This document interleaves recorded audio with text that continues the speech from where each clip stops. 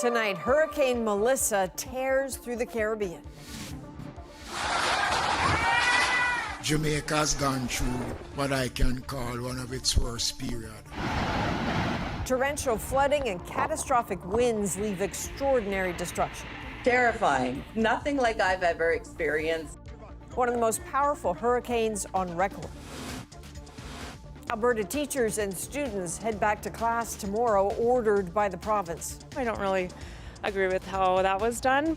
The simmering anger over the rare use of the notwithstanding clause to end the strike.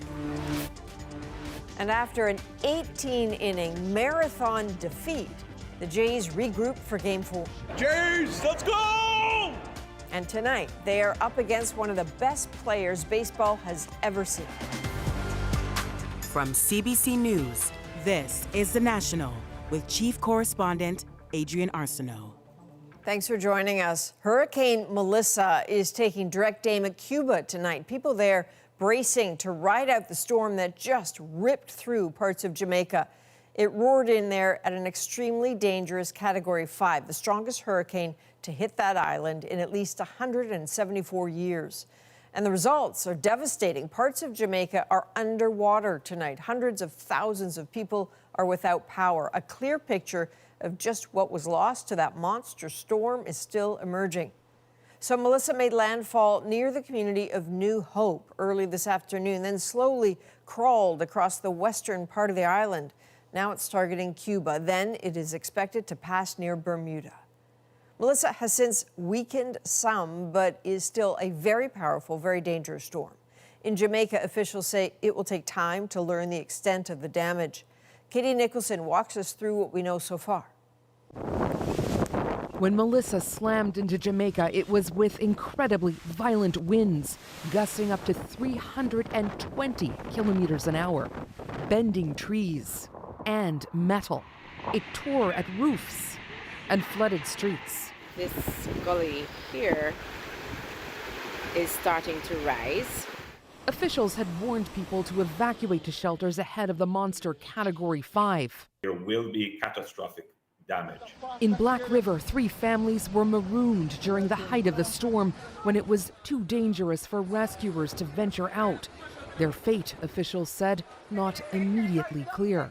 There are also 25,000 tourists on the island. Many moved into shelters on resorts, including this vacationing Canadian. Terrifying.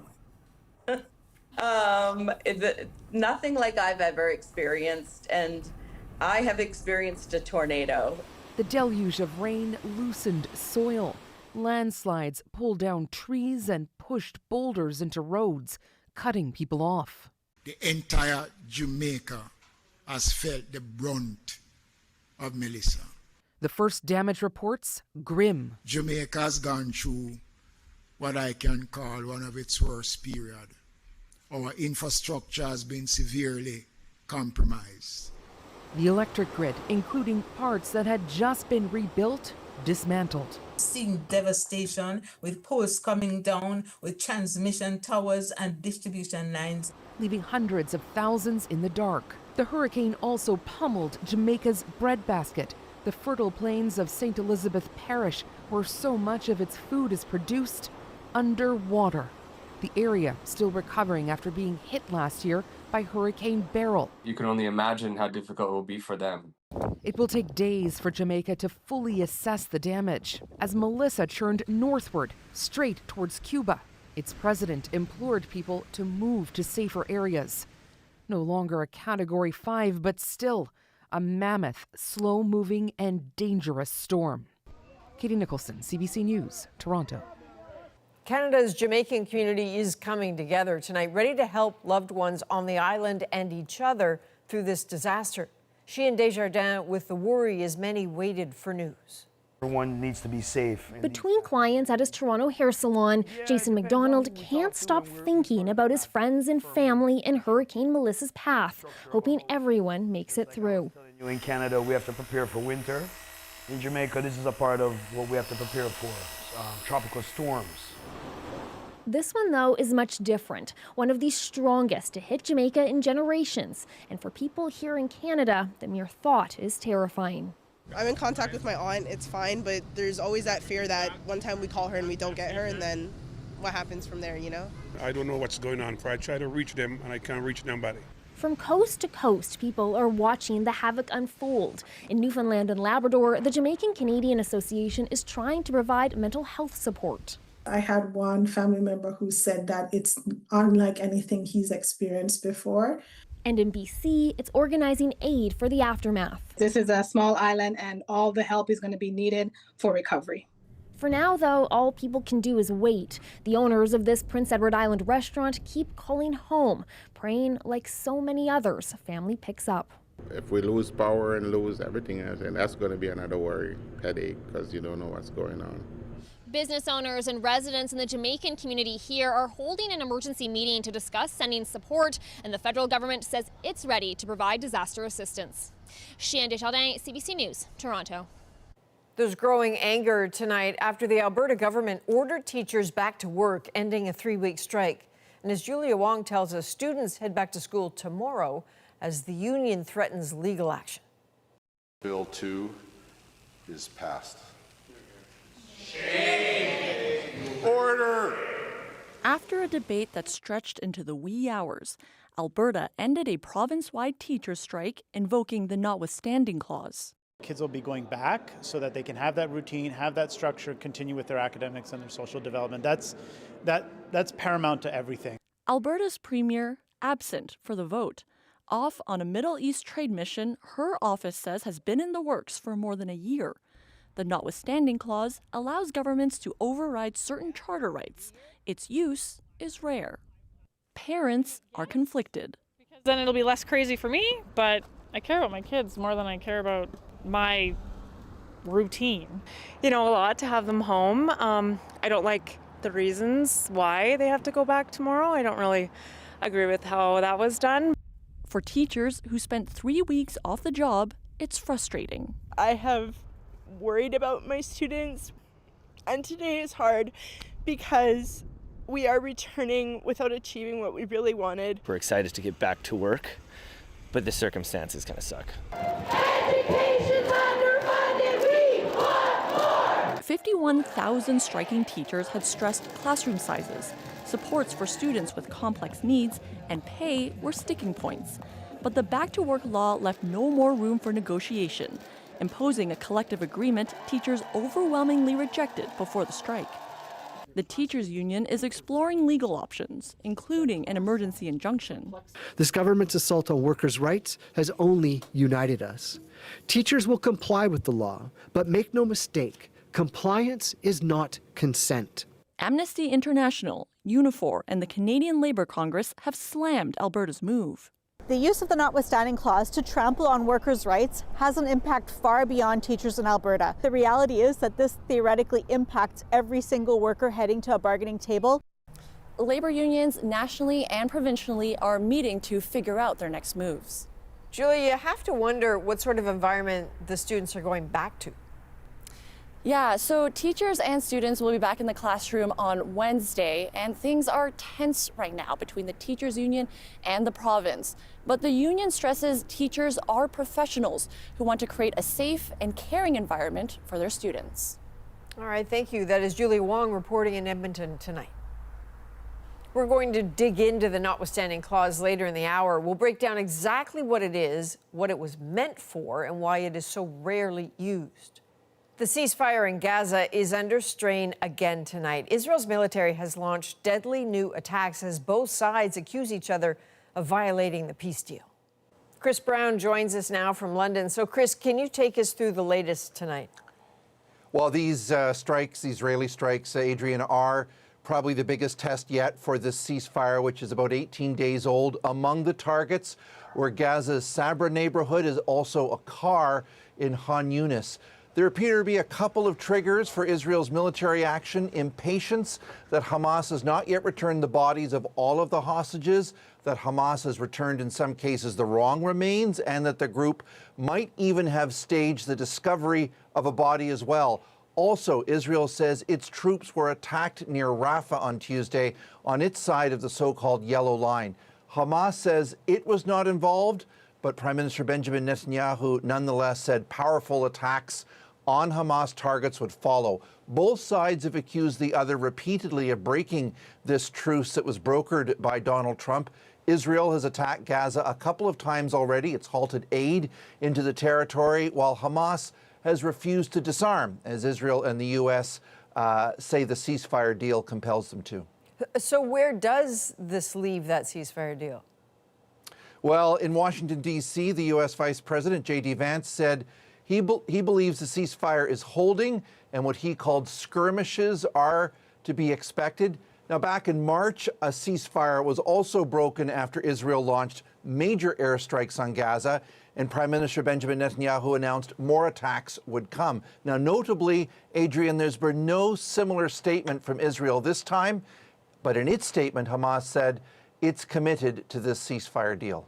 All right, well, the whole world is watching. All right, thank you. That is Chris Brown reporting in London. There are reports of mass killing in Sudan's western Darfur region after rebels forced out the army, taking control of the key city of El Fashour. Thousands of people have also been displaced after fleeing the violence. Paramilitary fighters with the RSF are being accused of targeting non-Arab groups, which it denies. It now controls all 5 state capitals in Darfur, a major turning point in Sudan's civil war that began in April of 2023. Well, retail giant Amazon is cutting thousands of corporate jobs, the latest company to shed positions while investing big in AI. Anis Haidari explains why that trend is likely to continue and which jobs are most at risk. Amazon cutting 14,000 jobs from its corporate ranks. It's a lower number than initially reported. The company didn't say how many Canadians face cuts, but Amazon has said it's looking at artificial intelligence. In an online letter about these layoffs, an Amazon executive called AI transformative, writing, "It's enabling companies to innovate much faster than ever before. We're convinced that we need to be organized more leanly." Amazon has already announced it's investing billions of dollars in AI. Big tech is creating headcount for horsepower, being able to leverage AI into our day-to-day jobs, whether it's HR or legal or engineering, has really upgraded efficiency. Though it's not just big tech cutting jobs while expanding AI. 450 office jobs gone at food delivery company Just Eat. 1,300 people looking for work after losing jobs at Indeed and Glassdoor. And consulting firm Accenture cut more than 11,000 positions. Those jobs will be those where they're just... This business professor says really AI is changing things. So we're really talking about the services sector, those people that work in front of a computer all day long, like you or me, in a tall building or a reasonably tall building. We're in the services sector. That's banking, that's pensions, that's government, that's broadcasting, that's academic. Though this type of job cut may not hit every type of worker. And so AI is going to be very disruptive, but it's just not going to be uniform across the board and affect everybody equally. Amazon has more than 1.5 million people working for it, so axing 14,000 jobs might seem like a drop in the bucket. But as more employers switch out human intelligence for artificial, these cuts may not be the last. Anis Haidari, CBC News, Calgary. To breaking news now, the Blue Jays have tied the World Series at 2 games apiece with a Game 4 victory, bouncing back from that heartbreaking 18-inning loss to the Dodgers Monday. Thomas Degg is in LA covering the games for us. So, Thomas, the Blue Jays giving fans something to celebrate? Yeah, what a difference a day makes, Adrienne, after that 6-hour, 39-minute marathon for Game 3. Here we are, Game 4, and the Blue Jays make relatively quick work of the Dodgers, tying up the series 2-2 and making sure that all those Canadians who traveled here to Los Angeles for this game had lots to cheer for. Jays, let's go! They've come all this way to see their team go all the way. Quarters of our airplane were all Jay fans. Yeah. And how does that feel? It was awesome. It's fun, man. Yeah, it was great. I mean, I was 20 years old when we last won it. With the Blue Jays fresh off an 18-inning defeat. Game over. Fans descended on Dodger Stadium from BC, Alberta, and beyond. Tell me why it was important for you to wear the maple leaf, not just the Jays gear, but the red maple leaf. We want people to know who we are and who we're pulling for. And blue and blue is confusing. Consider it a blue-on-blue battle, with Toronto needing at least one win in LA to keep fans' dreams alive. Hopefully they win, and then we go back and cheer them on there on Friday. Let's go, Blue Jays! On the mound for the Dodgers, Shohei Ohtani, with LA celebrities out to see baseball's biggest star. And Ohtani strikes him out on 3 pitches.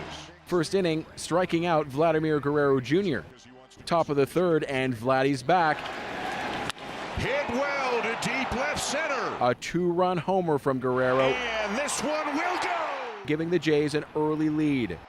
Later, Ohtani at the plate, and Shane Bieber strikes him out looking. Strike 3 called.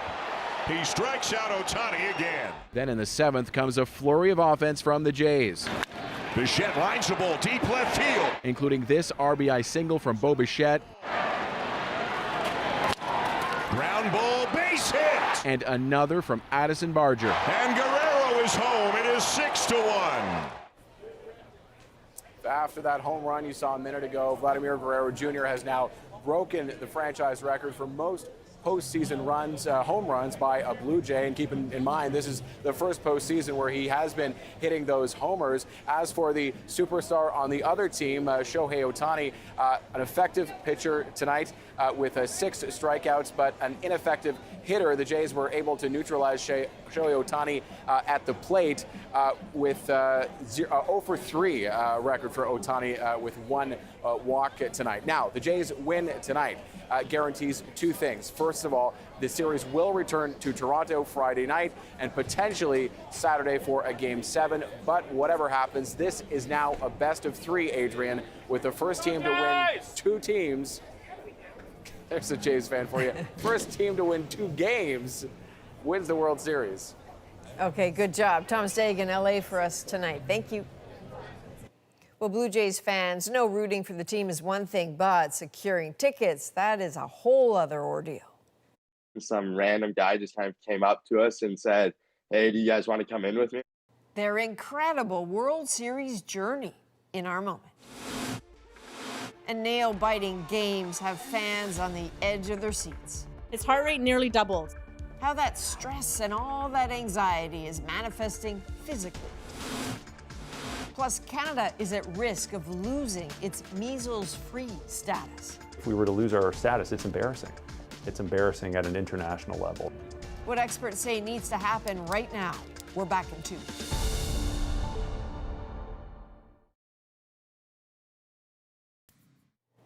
Texas is suing Tylenol makers Johnson & Johnson and Kenvue over the drug's unproven links to autism. The lawsuit claims the companies deceptively marketed the painkiller to pregnant women despite knowing the risks.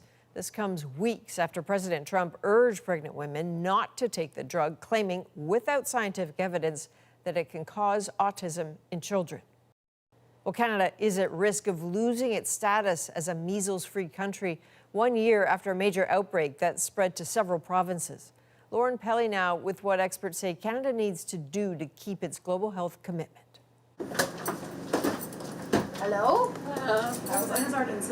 Catalina Friesen offers medical guidance in Low German, the language spoken by this Mennonite community in southwestern Ontario. The region has been the epicenter of the province's measles outbreak. They do respect and understand the severity of it. Measles spreads like wildfire in communities like this, where vaccination rates are low. Friesen is among those working to change that by building trust. I understand what they're going through. I understand why they don't want to do immunizations, why they're scared, so I can help them understand the importance of it. Even among the broader public, measles vaccination rates have slipped in many regions. Last October, Canada declared an outbreak after infections started rising in multiple provinces. Measles remains one of the world's most contagious diseases, and stopping its spread requires vaccine uptake as high as 95%. We never want to see large measles outbreaks in Canada. It's completely unacceptable in 2025. We should not. Dr. Isaac Bogosh says public health needs to be a countrywide priority. That means boosting vaccination rates, battling disinformation, and breaking down barriers. Easy to say, but of course it takes time, effort, energy, resources to get that done. And the clock is ticking. World Health Organization countries committed to eliminating measles by 2030. Canada hit that goal back in 1998. But the country could lose its elimination status if transmission continues beyond 1 year. Discussions start in early November. Quite frankly, if we were to lose our status, it's embarrassing. It's embarrassing at an international level. To have a country like Canada on that list is frankly shocking. Some experts are calling for a national vaccine registry to track uptake across provincial borders. Others say we already know who's most at risk and just need better outreach. Over the 6 years that I've been out here, there has been a very slight change in how many have gotten the immunizations for their families. Friesen says this kind of life-saving education simply takes time. Lauren Pelly, CBC News, Toronto. For Blue Jays fans, the World Series is an emotional roller coaster, and it is not over yet. Your adrenaline, your cortisol, those are going up. How all that tension could be affecting your body. Plus, the growing fears of more ice crackdowns. We hear directly from those dragged away. And what happened in Alberta today should terrify every worker in Canada. Alberta forces teachers back to work, but not without controversy. How the notwithstanding clause works. The National breaks down the story shaping our world. Next.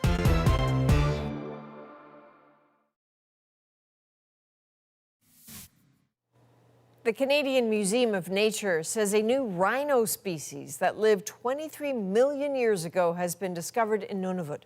Researchers located most of its skeleton on Devon Island, making it the most northern rhino ever found. They believe it was about the size of a pony and didn't have a horn, and it resembles rhino fossils found in Europe, raising questions about how it ended up in Nunavut. So, baseball, another big night with the Blue Jays and Dodgers battling it out in the World Series. One cardiologist wanted to know just how intense is it for fans. As Jennifer Yoon shows us, their hearts might be working extra innings too. And a curveball hit high and deep. When your team is teetering on the edge of victory, euphoria and despair often come hand in hand. All that suspense has an impact on your body. That was insane! This Toronto cardiologist is measuring just how much while watching Game 3 of the World Series. His heart rate nearly doubled. Back down. And there's a good reason why. Your adrenaline, which is one of your stress hormones, your cortisol, those are going up. Also, your testosterone starts to climb, and those will all have effects on the heart rate and on the blood pressure. Sports fans of all different stripes appear to feel that stress. One study used heart monitors to track Habs fans as they watched a game. It found those watching had heart rate increases similar to doing a strenuous or moderate workout. Another study tracked heart emergencies in German soccer fans during the World Cup. It found the number of heart attacks more than doubled on game days, especially among men with known coronary heart disease. We physiologically can't tell the difference between a pitcher-hitter battle for a team that we love and a real threat from our environment. This scientist thinks there's a psychological effect at play here too. When we care a lot about our team, we experience something called identity fusion. You feel as if you are part of the game. How's your heart? I think it's holding up okay, but the heart rate's definitely increasing. They're both out?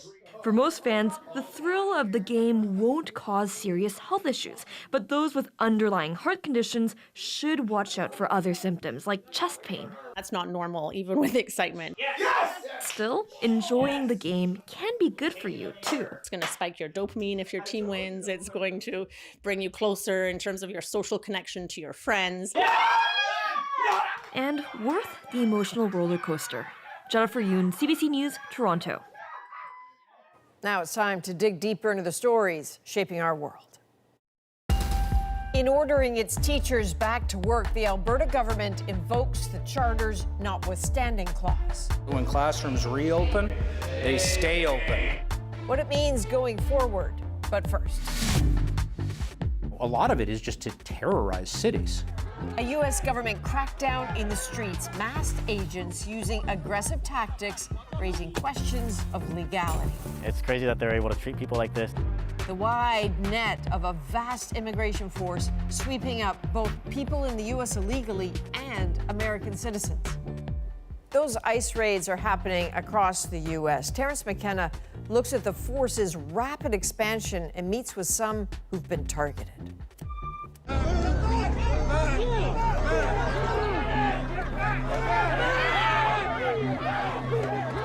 United States Immigration and Customs Enforcement, ICE, is now equivalent to some of the largest military forces in the world. This virtual army is supposed to be targeting criminal illegal immigrants in the United States, but more and more U.S. citizens and legal immigrants are being rounded up. No les abra! No, you can't! As these soldiers and police officers smash car windows and drag away passengers, they often encounter American citizens. My name is Jose Castro. I'm a citizen here. Why is all this happening? You want it? You got it, sir. You got it. Last February, Donald Trump's border czar, Tom Homan, announced that he would be starting his immigration crackdown on the East Coast. I'm coming to Boston. I'm bringing hell with me. This is what that promise looks like in action.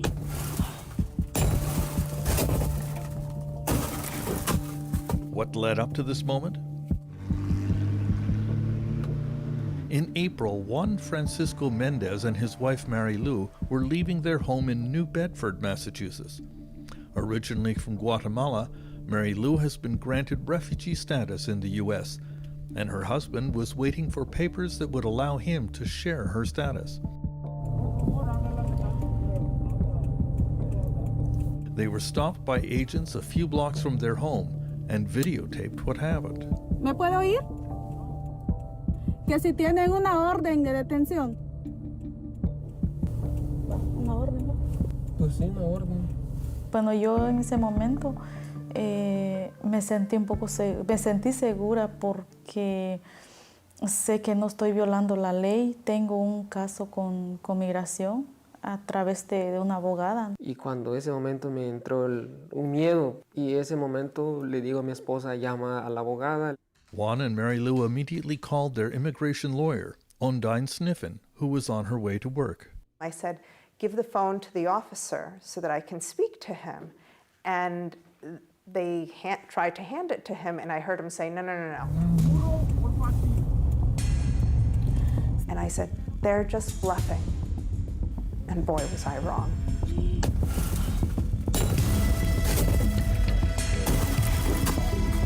Yo me asusté. En un segundo pensé que sí me iban a golpear a mí porque fue detrás de mí. Juan was dragged from the car and arrested, but he was one of the lucky ones, let go after a few days incarceration. So far, 50 people from the New Bedford area have been picked up by ICE. Do you have a feeling that they're trying to that ICE is trying to meet a quota, or absolutely? They're picking up people who have work permits, who have Social Security cards, and that doesn't matter to them.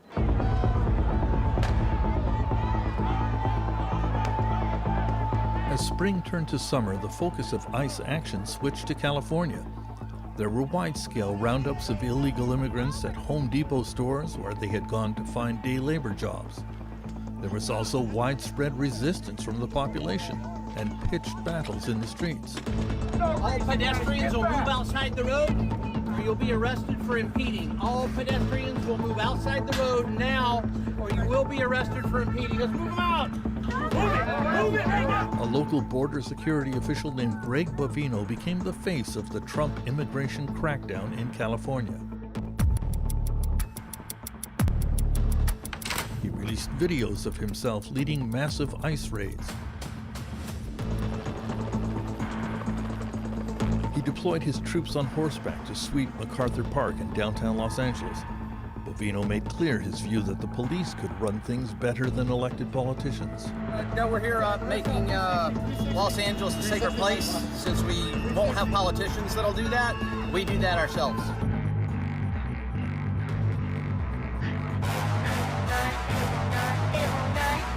Bovino released his own videos of ICE agents in action with a rock music background. And also a supposedly humorous video portraying ICE as the Darth Vader character from Star Wars, vanquishing enemies, which apparently included the media. UCLA law professor Jonathan Zasloff says there is a clear point to the ICE methods. A lot of it is just to terrorize cities. I know a lot of people who are, immigrants, even people with legal status, who are afraid to go to their houses. Part of it is really kind of a white nationalism notion that you get rid of as many people who are as brown as possible. So that's kind of what they're trying to do. In June, a lower court in California ruled that ICE could not detain people just because of the color of their skin or the language that they spoke. But that was effectively overturned by the Supreme Court in September in a temporary judgment. Of course, the Supreme Court is now doing this. They're essentially striking down what district courts are doing, declaring the illegality, and they're not even bothering to tell us why. This is a MAGA court. It is a subsidiary of the MAGA movement because they issue decision after decision after decision where not only do they side with the Trump administration, they don't even bother to tell us why. One of the largest ICE raids occurred in July at a legal cannabis farm north of Los Angeles. Hundreds of agents were deployed to round up hundreds of undocumented workers at the farm. U.S. Army veteran George Ratis, a U.S. citizen, was working as a security guard at the farm. There was a Fox News helicopter overhead that exclusively recorded video as Ratis got out of his white car and called out to the line of ICE officers. I get out and I stand beside my car and I'm yelling to them like I'm a citizen, like I'm a U.S. citizen, I'm work right there. I'm just trying to get to work. They just immediately got hostile and just started being hostile and threatening for no reason. What were they saying to you? Get back in your car. The whole line walks in the line towards me and I get back in my car and they surround my car and they throw tear gas into the crowd of protesters and behind my car and it just engulfs my car.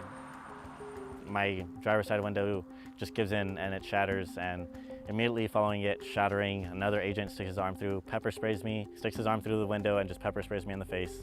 They drag me out of the car, they throw me on the ground, and even though I'm just complying, an agent puts his knee on my back and another agent puts his knee on my neck, and as they're doing that, I'm just telling them like I can't breathe. Ratis was arrested and held for 2 days in jail. He was released without charge. It's crazy that they're able to treat people like this. It's crazy that it's even allowed. I mean, the Constitution is right there. I mean, that's everything we stand for. The illegal immigration crackdown in California has caused a reduction in school attendance, as parents are worried about being arrested as they drop off their kids at school. It has also caused many immigrants to become reluctant to seek medical care because they could be arrested at hospitals. Amanda Trebek is an intensive care nurse who is upset about her patients avoiding care. And so she joined a community action group called the Harbor Area Peace Patrol. The group photographs the vehicles of ICE agents as they come and go from the ICE detention facility near the Los Angeles port. Then they circulate the photos to warn immigrants that ICE is operating in their neighborhoods. To let them know which cars to look out for, right? Not just to wait until someone's kidnapped, but to be able to see a car, right? When we post it online, that's a kidnapper's car because they're going to car washes and Home Depots and taking working class people, right? So we want them to be able to get away. Good morning, ladies. Kidnapping, we will go. Some ICE agents find humor in their job, but they don't like being photographed. And one day, Trebek was roughly arrested. They told me that we need to stop taking photos, we need to get away, go away, to stop monitoring them. They didn't read me my rights or anything. Sir, you okay? Yeah, my keys are in there. Okay. It's like being kidnapped. I mean, you don't know who you don't know who they are. They don't identify themselves. There's no due process. Yeah. What were you saying to them? I said, please let me go, let me go. But they're big men. They're two men. You know, others were around with their guns, but you can't really do that much or say that much because they have guns. Yeah. You know, what do? You guys are on the wrong side of history. Trebek was held in custody for several hours and then released without charge. ICE has been able to do things that, as of 10 years ago, we would have dismissed as some sort of fantasy. Is the U.S. becoming a kind of police state? The federal government is attempting to make it a police state. Whether they will be able to do that really remains to be seen. What Trump is doing is placing fear in the communities, right? They're jumping out, they're taking people, they're not, so they're trying to make us fearful so they can take over more power. I think that's the goal, right? Why are you doing this? It's just crazy that all this can happen, but I mean, it doesn't change, I mean, what the flag stands for or what it means to be an American. It just so happens that what's happening right now is unfortunate and it sucks and it's terrible, but it doesn't define America or the flag it stands for. Donald Trump has expanded presidential power and directed it against American cities, American universities, and a long list of his personal enemies, as critics watch and wonder if there is any way they can stop him. Terrence, I watch what you're doing and I wonder, is there anything the American courts are doing to try to restrain some of what's happening here and some of the excesses of Trump's immigration activities? You know, just today, the Border Services agent that we featured in the story, Greg Bovino, was hauled before a court in Chicago. The judge seemed particularly upset at he and his agents tear gassing people at the drop of a hat. Mm-hmm. And so she actually demanded that he wear a body camera from now on and that he report to her at the end of every day at 6 o'clock sharp as to what his agents are up to in Chicago. The problem is these lower court decisions are often overturned by the Supreme Court or upper courts. This one's probably headed there as well. Who knows?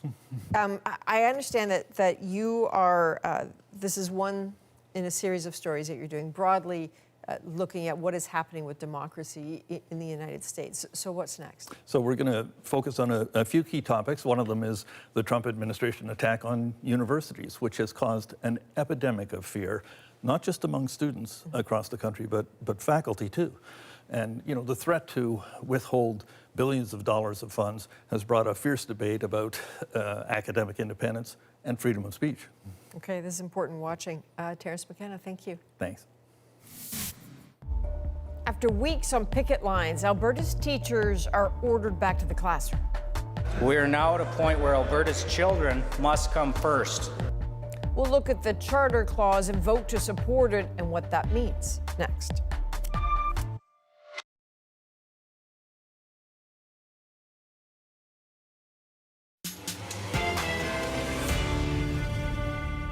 Alberta uses the power of legislation to end a teacher's strike and collective bargaining. After 18 months of negotiation and mediation, there is no reasonable path to settlement with teachers in sight. And the province backstops the move by invoking a clause in the Charter of Rights and Freedoms. If you're wondering how that works, well, Lindsay Duncombe is here to show you. Call it the ABCs of the notwithstanding clause.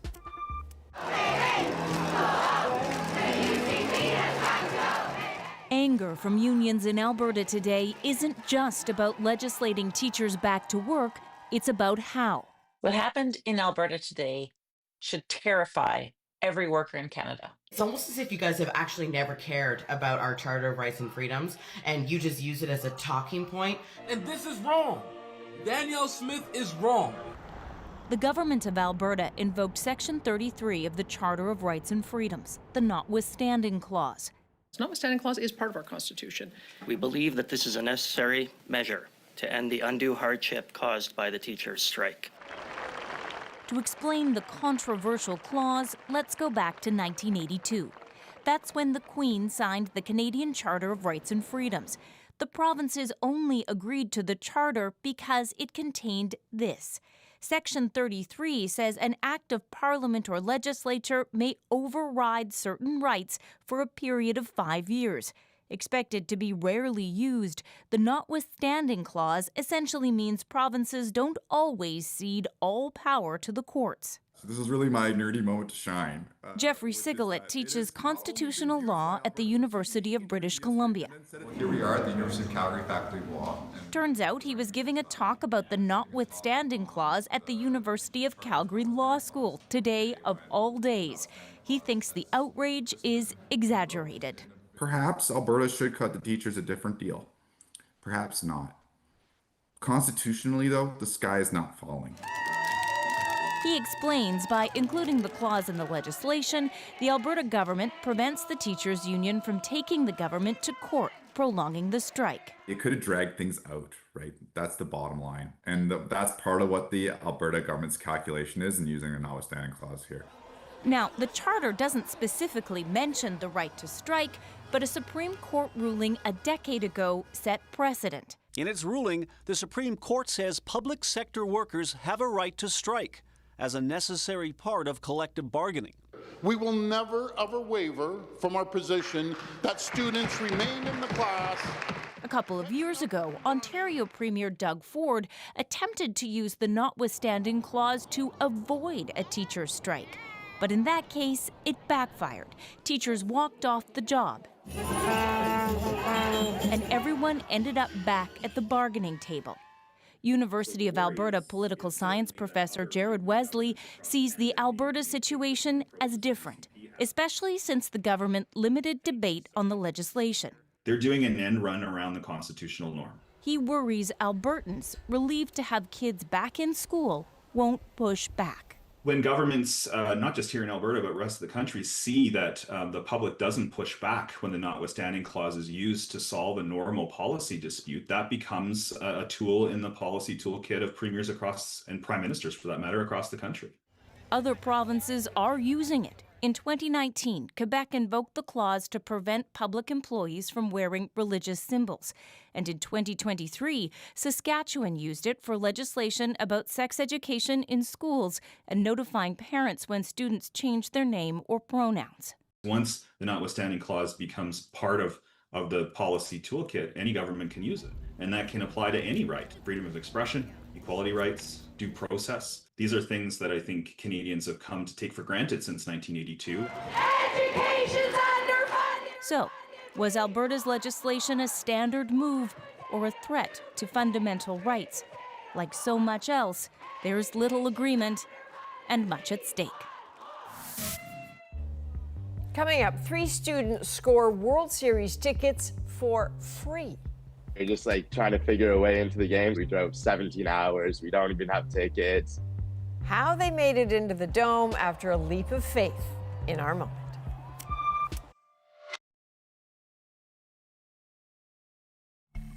These 3 friends drove from Antigonish, Nova Scotia to Toronto for Game 1 of the World Series. Slight problem with their plan. None of them had tickets, but never mind, they had hope. Ben Cruckton and his friends also apparently had luck because after a 17-hour drive and some time lingering outside the Rogers Centre, free tickets, ended up falling into their laps. So tonight, the how'd they do that moment is our moment. Some random guy just kind of came up to us and said, "Hey, do you guys want to come in with me?" And we're like, "Oh yeah, like how much?" And he goes, "No, like free." At first we like kind of thought it was a joke. He brought us in, scanned us all in, and that was it. Once we were actually inside, it was just like absolute shock. We drove 17 hours. We don't even have tickets. We were just like trying to figure a way into the game. We basically went up to every news reporter we saw, kind of hoping that it would get out there and maybe somebody would donate some tickets to us.